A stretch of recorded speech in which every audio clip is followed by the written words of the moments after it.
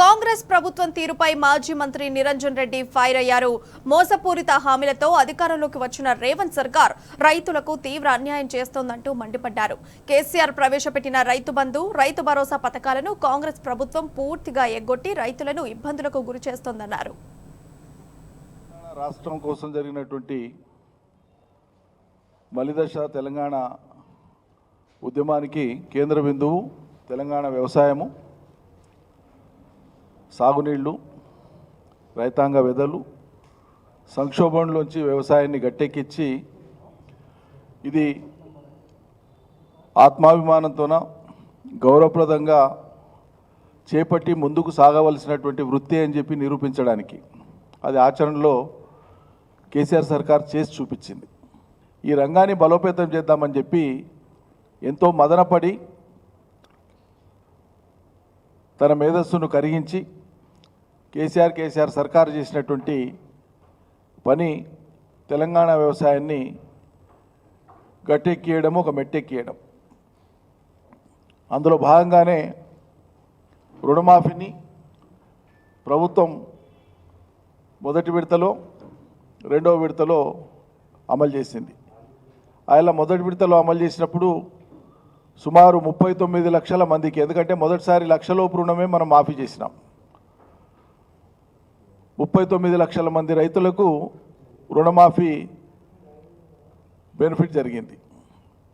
ఆ తదుపరి రెండోసారి చేసేటువంటి క్రమంలో సుమారు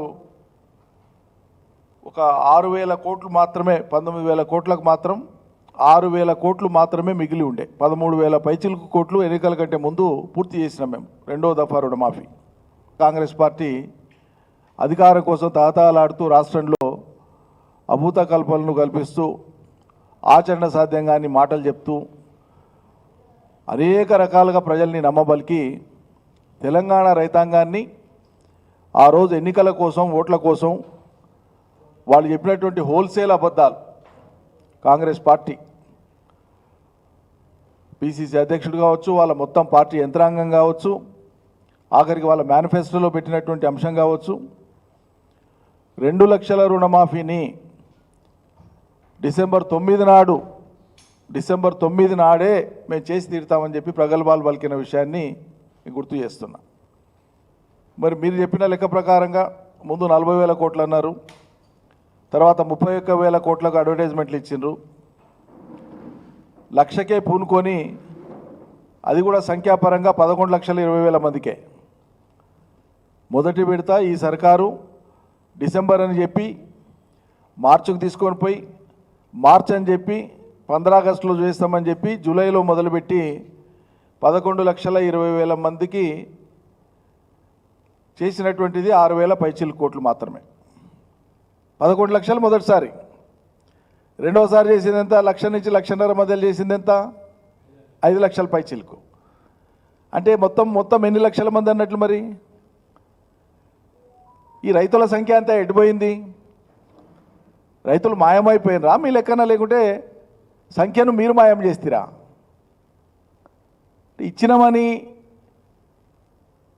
నమ్మబలకడం కోసం మీరు చెప్తున్నారు, కానీ అసలు రుణమాఫీపై, రైతుల సంఖ్యపై మీరు స్పష్టత ఎందుకు ఇస్తలేరు? మొదటి నుంచి ఇప్పటిదాకా మీరు చేసిన ఘనకార్యం ఏందన్నట్లు? మరి జూన్ జూలైలో యథావిధిగా కేసీఆర్ ఇచ్చేటువంటి రైతు బందే ఒక సీజన్కు 7,600 కోట్లు కదా. రైతు బంధు ఎగ్గొడుతిరి, నిస్సిగ్గుగా ఎగ్గొడుతిరి. ఇంత పెద్ద ఎత్తున రైతాంగాన్ని మోసం చేసిన సర్కారు భారతదేశంలో ఇప్పటిదాకా లేదు. రైతులు బాగుండాలన్నటువంటి ఏకైక సంకల్పంతో మేము పనిచేసినాం, కేసీఆర్ సర్కార్ పనిచేసింది. ఈ రకంగా ఇట్లా గీతలు గీసి పాయలుగా రైతుల్ని విడగొట్టి కొందరికే లబ్ధి చేసి అందరికీ చేసినట్లు డాంబిక ప్రచారం మేము చేయలే. ఎలా మీరు అర్హులై ఉండి, బ్యాంకులో రుణం పొంది ఉండి, మీ పేరు మీద పట్టాదారు పాస్బుక్ కలిగి ఉండి, అదే పట్టాదారు పాస్బుక్ మీద మీరు రుణం పొంది కనుక ఉంటే, మీకు కనుక మాఫీ కాకపోతే ఇప్పటిదాకా అయినా 1,00,000 కానీ 1,50,000 కానీ 2 కేటగిరీలల్లా, ఎందుకంటే 2 లక్షలది వాళ్ళు వచ్చి చేస్తామంటున్నారు, రూపాయలకు తోడు అమెరికా డాలర్లు తీసుకొచ్చేస్తారేమో చూద్దాం. మీవి కనుక మాఫీ కాకపోతే, మాఫీ లిస్టులో మీది రాకపోతే మీరు ఈ వాట్సాప్కు మీ లోన్ వివరాలు, ఏ బ్యాంకు, ఏ ఊరు, సర్వే నెంబరు, పట్టదారు పాస్బుక్ మీరు వివరాలు పెట్టండి.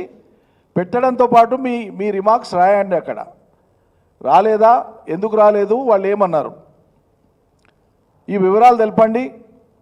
ఈ మొత్తం వివరాలను కలిపి మళ్ళీ మేము రాష్ట్ర ప్రభుత్వం వద్ద మాట్లాడతాం, చర్చకు పెడతాం. యథార్థాలు ఏంటో మొత్తం బయటి సమాజానికి తీసుకొచ్చి చూపిస్తాం.